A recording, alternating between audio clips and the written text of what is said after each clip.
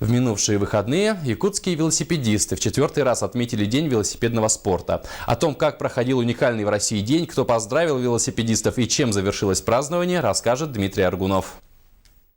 Дня велосипедного спорта нет в России нигде, кроме как у нас. 30 августа 2010 года вышел указ тогда еще президента республики об учреждении Дня велосипедного спорта, отмечаемого в начале сентября.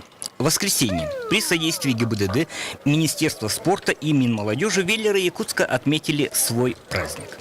Велопробег по улицам города собрал свыше 150 человек. Традиционный уже велопробег веллеры посвятили профилактике детского травматизма.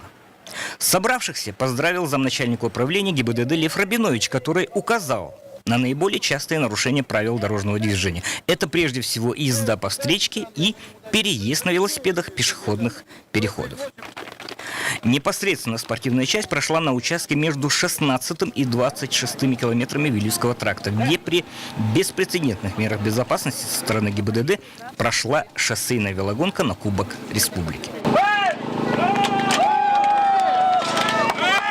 Элита, костяк гонки категории «Спорт» и ветераны преодолели 100 километров асфальта. Сверхлегкие карбоновые велосипеды, экипировка, огромная выносливость и просто физическая подготовка – это минимум, что нужно, чтобы участвовать в гонке.